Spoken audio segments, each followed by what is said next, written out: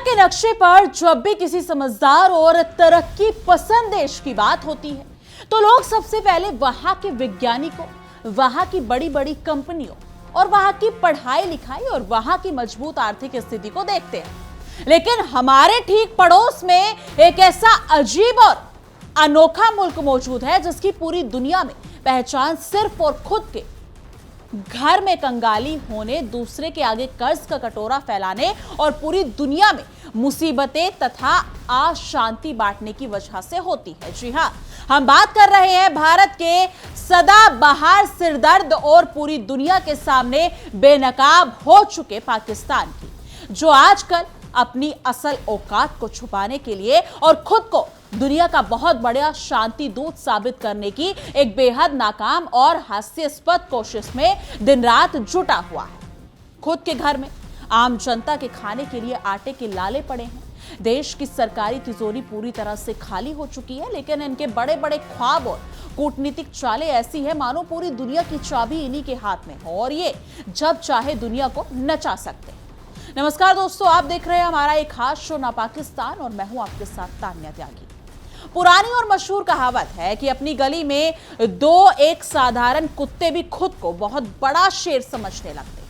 लेकिन पाकिस्तान की बदहाली तो अब इस कदर बढ़ चुकी है कि वो अपनी ही गली में सारेआम पिट रहा है और अपनी इज्जत भी बचा नहीं पा रहा है। बलूचिस्तान से लेकर उनके अपने खैबर पख्तूनख्वा जैसे अशांत इलाकों में आए दिन बड़े बड़े बम धमाके हो रहे हैं। वहां के स्थानीय लोग उनके खिलाफ सड़कों पर उतरते हुए और पाकिस्तान की अपनी डरपोक सेना वहां के उग्रवादियों और विद्रोहियों को संभालने में पूरी तरह से नाकाम साबित हो चुकी है। मगर इस मुल्क का पाखंड और बेशर्मी तो देखिए,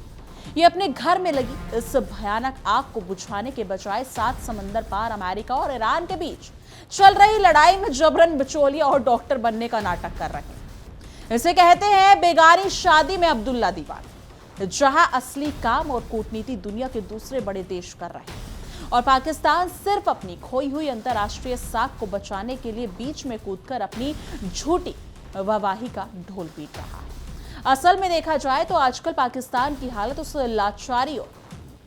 लालची और मतलबी इंसान जैसी हो गई है जिसे दुनिया के जिस भी कोने से 2 पैसे की उम्मीद दिखाई देती है, वो बिना अपना आत्मसम्मान सोचे तुरंत वहीं अपनी दुम हिलाते हुए पहुंच जाता है। बरसों तक ये पाकिस्तानी हुक्मरान अमेरिका के टुकड़ों पर चलते रहे, वहां से मिलने वाली सैन्य मदद और डॉलरों की खैरात के दम पर भारत के खिलाफ जहर उगलते रहे और जब अमेरिका ने इसकी असलियत जानकर इन्हें दूध में से मक्खी की तरह लात मारकर बाहर कर दिया तो अब ये दौड़कर रूस के पैरों में गिर रहे हैं। जरा सोचकर तो देखिए, रूस के साथ मिलकर ये आतंकवाद मिटाने के नाम पर इस्लामाबाद में बड़ी बड़ी मीटिंगें कर रहे हैं, वार्निंग ग्रुप बना रहे हैं, जबकि पूरी दुनिया का बच्चा ही अच्छी तरह जानता है कि वैश्विक आतंकवाद की असली नर्सरी, उनका सबसे बड़ा कारखाना और उसकी फैक्ट्री दुनिया में कहां पर चलाई जाती है। जो मुल्क खुद पूरी दुनिया में तबाही और आतंक का सम्मान एक्सपोर्ट करता हो, वो आज रूस जैसी महाशक्ति को आतंकवाद से लड़ने का तरीका सिखाने का ढोंग कर रहा है। इससे बड़ा और घटिया मजाक भले और क्या हो सकता है। सच तो यह है कि पाकिस्तान के चालाक राजनेता और वहां के वर्दीधारी जनरल अपनी भूखी और बेहाल जनता का ध्यान असल मुद्दों से भटकाने के लिए रोज सुबह उठकर एक नया कूटनीतिक ड्रामा और ड्राफ्ट तैयार करते हैं। कभी इनके प्रधानमंत्री शहबाज शरीफ अपनी फटी हुई जेब लेकर स्विट्जरलैंड की हसीन वादियों में अंतर्राष्ट्रीय बैठकों का लुत्फ उठाकर, अगर देखा जाए तो उठाने जाकर बैठ जाते हैं, तो कभी इनके army chief general Asim Munir अमेरिकी राष्ट्रपति डोनाल्ड ट्रंप का पसीना फील्ड मार्शल बनने का फर्जी सर्टिफिकेट अपनी छाती पर लगाकर घूमते हैं। लेकिन अगर जमीन पर आकर इनकी असल कूटनीतिक सच्चाई को देखा जाए तो इनके पास अंतर्राष्ट्रीय मुद्रा कोष यानी कि IMF के दफ्तर के बाहर लाइन में खड़े होकर एक और ब्लैकआउट पैकेज भी भीख मांगने के अलावा कोई दूसरा परमानेंट काम बचा ही नहीं है। हर 2-3 महीने में इनका भीख का कटोरा थोड़ा और बड़ा हो जाता है। ये दुनिया के अमीर देशों के सामने अपनी लाचारी का रोना शुरू कर देते हैं और फिर उसी भीख के पैसे से अपनी सेना की अय्याशी का अंजाम करते हैं। मानो या ना मानो, लेकिन इस बार पाकिस्तान की ये जो दोहरी चालबाजी और दो नावों पर सवारी करने की पुरानी फितरत है, वो उसके खुद के गले का सबसे बड़ा और जानलेवा फंदा बनने वाली है। एक तरफ वो दिन के उजाले में अमेरिका के तलवे चाटकर उनसे डॉलरों की भीख मांगता है, IMF के सामने अपनी संप्रभुता को गिरवी रखता है, और दूसरी तरफ रात के अंधेरे में रूस के साथ हाथ मिलाकर वॉशिंगटन की पीठ में छुरा घोंपने की कोशिश करता है। इतिहास इस बात का सबसे बड़ा गवाह है कि दुनिया में जिस किसी भी देश ने पाकिस्तान की बातों पर भरोसा किया है या उसे अपना दोस्त बनाया है, उसे बदलने में सिर्फ और सिर्फ तबाही, धोखा और पीठ में वॉर ही मिला है। लेकिन अब 2026 की ये दुनिया बहुत ज्यादा समझदार और सतर्क हो चुकी है। अमेरिका और पश्चिमी देशों के बड़े बड़े नेता भी इनके इस पाखंडी और दोगले चेहरे को बहुत अच्छी तरह से पहचान चुके हैं और उनकी इन ओछी हरकतों पर अब अंतर्राष्ट्रीय मंचों पर सारेआम थू-थू हो रही है। हैरत करने वाली बात तो यह है कि पाकिस्तान की इस नई कूटनीतिक पैतरेबाजी का सबसे बड़ा शिकार खुद उसका बेकसूर और लाचार जनता हो रही है, जिसे सुबह की रोटी के लिए भी लंबी लाइनों में लगना पड़ता है। लेकिन वहां की सरकार इसे अपनी बहुत बड़ी ऐतिहासिक और वैश्विक उपलब्धि मानकर ढोल पीट रही है। पाकिस्तान वायुसेना के पूर्व कर्नल और मिलिट्री एनालिटिक्स सुल्तान एम ने अंतर्राष्ट्रीय मीडिया के सामने आकर इस रूस के साथ हुई बैठक की इतनी बड़ी बड़ी वकालत की है मानो पाकिस्तान ने कोई बहुत बड़ा किला फतेह कर लिया हो।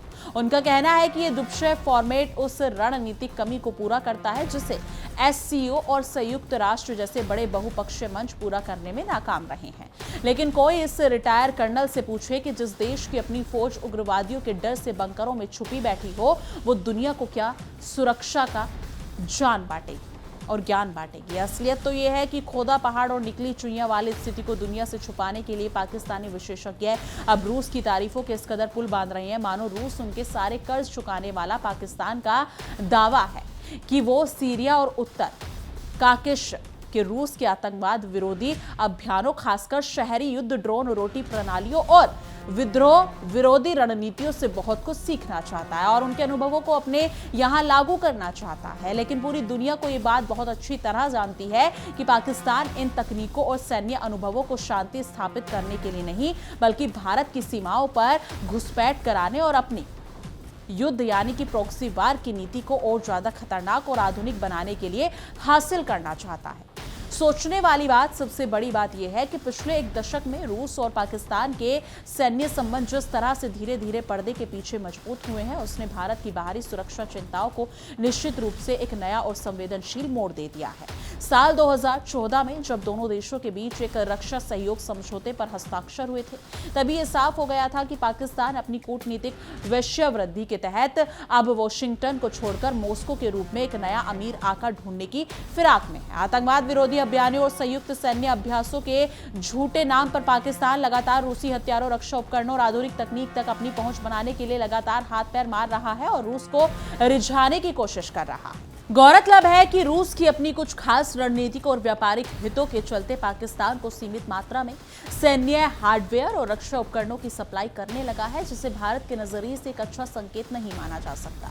साल 2017 में पाकिस्तान द्वारा खरीदे गए Mi-35M अटैक हेलीकॉप्टर और पाकिस्तानी वायुसेना की रीढ़ माने जाने वाले JF-17 लड़ाकू विमानों के लिए रूसी इंजन RD-93 की निरंतर आपूर्ति इसका सबसे बड़ा और पुख्ता प्रमाण है। अमेरिका के बाद अब रूस का पाकिस्तान की तरफ एक झुकाव दक्षिण एशिया के शांति संतुलन को बिगाड़ने की एक नई और बेहद खतरनाक शुरुआत माना जा सकता है, जिससे भारत की टेंशन बढ़ना पूरी तरह से लाजमी है। इसी बीच पाकिस्तान की इस कूटनीतिक चालबाजी का एक और सिरा मिडिल ईस्ट में अमेरिका और ईरान के बीच चल रहे महातनाव से भी जाकर जुड़ता है, जहां इस्लामाबाद खुद को बहुत बड़ा अंतर्राष्ट्रीय बिचौलिया और शांति का मसीहा साबित करने पर तुला हुआ है। ईरान और अमेरिका के बीच चल रही शांति वार्ता और संघर्ष विराम की आड़ में पाकिस्तान ने खुद को एक बेहद महत्वपूर्ण और अप्रियहार मध्यस्थ के रूप में पेश करने के लिए अपनी पूरी राजनयिक ताकत झोंक दी है। वो दुनिया को ये दिखाना चाहता है कि वो सिर्फ एक भिखारी और कंगाल मुल्क नहीं, बल्कि उनके भीतर दुनिया के बड़े बड़े अंतर्राष्ट्रीय संकटों और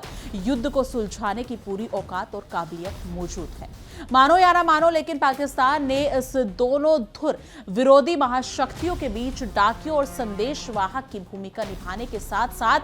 बातचीत की मेजबानी करने और समझौते के लिए अनुकूल माहौल बनाने में अपनी पूरी जान लगा दी है। यहां तक कि अमेरिका और ईरान के बीच हुई हालिया अंतरिम समझौते को जानबूझकर इस्लामाबाद मेमोरेंडम ऑफ अंडरस्टैंडिंग का नाम दिया गया है, ताकि इतिहास के पन्नों में पाकिस्तान का नाम एक गवाह और मध्यस्थ के रूप में दर्ज हो सके। पाकिस्तान को लगता है कि इस बड़े नाम के पीछे वो अपनी आंतरिक कंगाली राजनीतिक अस्थिरता और अंतर्राष्ट्रीय बेइज्जती पर कुछ दिनों के लिए पर्दा डाल सकेगा और दुनिया के सामने अपनी कॉलर ऊंची कर सकेगा। सबसे मजेदार बात तो यह है कि अपनी इस कथित और कागजी कामयाबी का ढोल पीटने के लिए पाकिस्तान दुनिया भर के छोटे बड़े देशों के बयानों को तोड़ मरोड़ कर अपनी मीडिया में पेश कर रहा है और दावा कर रहा है कि न्यूजीलैंड, ऑस्ट्रेलिया से लेकर फ्रांस और नॉर्वे तक उसकी तारीफों के कसीदे पढ़ रहे हैं। मलेशिया से लेकर अमेरिकी मीडिया तक में अपनी झूठी वाहवाही बटोरने और खुद को एक ग्लोबल लीडर दिखाने के लिए इस्लामाबाद के कूटनीतिक एड़ी चोटी का जोर लगा रहे हैं, जबकि हकीकत यह है कि मिस्र और तुर्की जैसे बड़े और जिम्मेदार देशों ने इस मध्यस्थता में असली और बुनियादी भूमिका निभाई है और पाकिस्तान केवल बेगानी शादी में अब्दुल्ला दीवाने की तरह बीच में कूदकर नाच रहा है। अब यहाँ पर सबसे बड़ा और बुनियादी सवाल ये उठता है कि जो पाकिस्तान खुद अपनी अंदरूनी बदहाली, भुखमरी और राजनीतिक कीचड़ से बाहर नहीं निकल पा रहा है, वो अमेरिका और ईरान के बीच इतनी वकालत और मुफ्त की मेहनत आखिर क्यों कर रहा है? इसके पीछे उसकी बहुत पुरानी और घटिया आदत छिपी है। दुनिया में कहीं भी कोई बड़ा तमाशा हो रहा हो तो वहां पहुंच जाओ, ताकि शायद कहीं से कोई आर्थिक या राजनीतिक मलाई खाने को मिल जाए। अमेरिकी राष्ट्रपति डोनाल्ड ट्रंप द्वारा पाकिस्तानी सेना के प्रमुख फील्ड मार्शल आसिम मुनीर को अपना पसंदीदा फील्ड मार्शल करार दिए जाने के बाद जो जैसे पाकिस्तानी जनरलों के पैर जमीन पर ही नहीं पड़ रहे हैं और वो खुद को सिकंदर समझने लगे हैं। इसी कूटनीतिक चाटुकारिता और चापलूसी के तहत पाकिस्तान के प्रधानमंत्री शहबाज शरीफ खुद अपनी खाली झोली फैलाकर स्विट्जरलैंड में ईरान और अमेरिका के बीच हो रही वार्ता के दौरान व्यक्तिगत रूप से उपस्थित रहे, ताकि उनकी कुछ तस्वीरें दुनिया के बड़े नेताओं के साथ खिंच सके। वहीं दूसरी तरफ उनके विदेश मंत्री इसाक डार भी खाड़ी के पड़ोसी मुल्कों के साथ लगातार फोन पर संपर्क बनाकर खुद को बहुत बड़ा रणनीतिकार और अंतर्राष्ट्रीय डिप्लोमेटिक साबित करने का नाटक करते रहे। पाकिस्तान के इस अचानक जागे शांति प्रेम और वैश्विक भाईचारे के पीछे असल में उसका कोई मानवीय नैतिक सरोकार नहीं है, बल्कि उसके अपने छिपे हुए 8 बड़े रणनीतिक और आर्थिक स्वार्थ है। पाकिस्तान का पहला सबसे बड़ा स्वार्थ है अंतर्राष्ट्रीय साख की तीव्र ख्वाहिश, क्योंकि पाकिस्तान पिछले कई सालों से बेहद गंभीर आर्थिक संकट, चरम राजनीतिक अस्थिरता और बलूचिस्तान व टीटीपी जैसी आंतरिक सुरक्षा चुनौतियों से बुरी तरह से टूट चुका है। ऐसे में बदतर और लाचार समय में यदि वो अमेरिका और ईरान जैसे दो कट्टर और पारंपरिक दुश्मनों के बीच खुद को एक सफल मध्यस्थ के रूप में स्थापित कर देता है, तो उसे लगता है कि उसकी वैश्विक छवि रातों रात सुधर जाएगी। वो खुद को केवल दक्षिण एशिया के एक कोने में पड़े कंगाल और भिखारी देश के रूप में नहीं, बल्कि एक जिम्मेदार क्षेत्रीय शांति के रूप में दुनिया के सामने दिखाना चाहता है। दूसरा बड़ा कारण ईरान के साथ लगती उसकी लगभग 900 किलोमीटर लंबी संवेदनशील और पथरीली सीमा की सुरक्षा और वहां शांति बनाए रखने की उसकी अपनी मजबूरी है। दोनों देशों के सीमावर्ती क्षेत्रों में सक्रिय बलूच उग्रवाद और बड़े पैमानों पर होने वाली हथियारों और तेल की तस्करी पाकिस्तान के सैन्य नेतृत्व के लिए हमेशा से एक ऐसा नासूर बनी हुई है जिसे वो आज तक ठीक नहीं कर पाए हैं। पाकिस्तान अच्छी तरह जानता है कि अगर ईरान की अस्थिरता थोड़ी भी बढ़ती है या वहां का शासन कमजोर होता है, तो उसका सीधा और सबसे घातक असर उसके अपने अशांत प्रांत बलूचिस्तान पर पड़ेगा,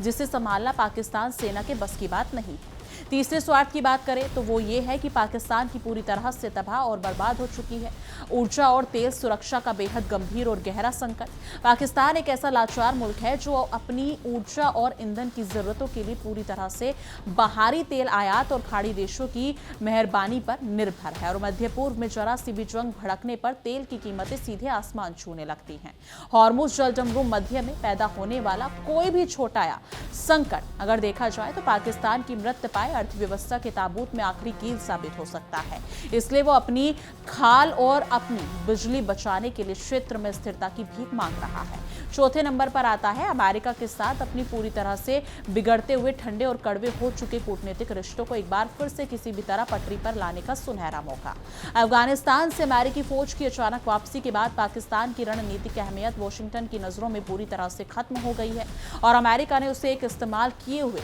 टिश्यू पेपर की तरह कूड़ेदान में फेंक दिया है। ऐसे में अमेरिका और ईरान के बीच डाकी और संदेशवाहक बनकर पाकिस्तान फिर से वॉशिंगटन के ओवल ऑफिस तक अपनी सीधी पहुंच और अपना पुराना कूटनीतिक कूटनीतिक महत्व बहाल करने की फिराक में जुटा हुआ है। पांचवा बड़ा पेच खाड़ी देशों और चीन के बीच एक बेहद मुश्किल, पेचीदा और डरावना कूटनीतिक संतुलन साधने की उसकी लाचारी और मजबूरी से जुड़ा हुआ है। पाकिस्तान के जो असली आर्थिक आका है वो जहां एक तरफ सऊदी अरब और संयुक्त अरब अमीरात जैसे खाड़ी में अमीर देश है, वहीं दूसरी तरफ उसका रणनीतिक पार्टनर चीन और उसका पड़ोसी मुल्क ईरान है। अगर अमेरिका और ईरान के बीच का संघर्ष जरा भी आगे बढ़ता है तो पाकिस्तान पर किसी एक पाले में खड़े होने का भारी दबाव बन जाएगा, जिससे बचने के लिए वो पहले ही मध्यस्थ बनने का सुरक्षा कवच ओढ़कर बैठ गया है। छठे स्वार्थ के रूप में पाकिस्तान को इस पूरे कूटनीतिक ड्रामे और बिचौलिया बनने की एक्टिंग से भारी आर्थिक लाभ, कर्ज माफी और विदेशी निवेश मिलने की एक अंधी उम्मीद बढ़ी हुई है। इस्लामाबाद के हुक्मरानों को लगता है कि अगर वो अंतर्राष्ट्रीय मंचों पर क्षेत्रीय शांति का मसीहा बनने का ढोंग रचेगा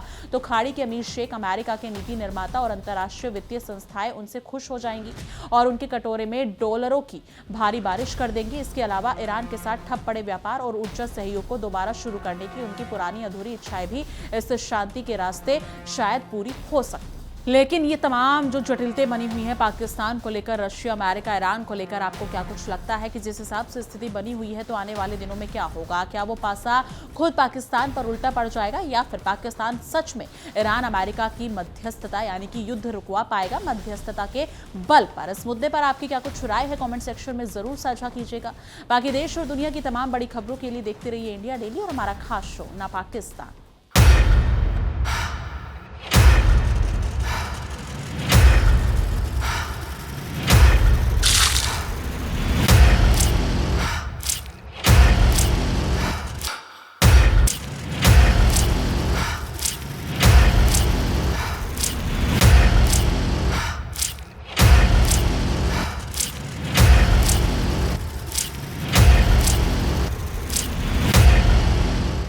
देखिए इंडिया डेली 24/7 अब आपके स्मार्ट टीवी पर। इंडिया डेली मौजूद है सभी डिजिटल प्लेटफॉर्म पर लाइव और लगातार। इंडिया डेली 24/7 हर दिन राष्ट्र को समर्पित।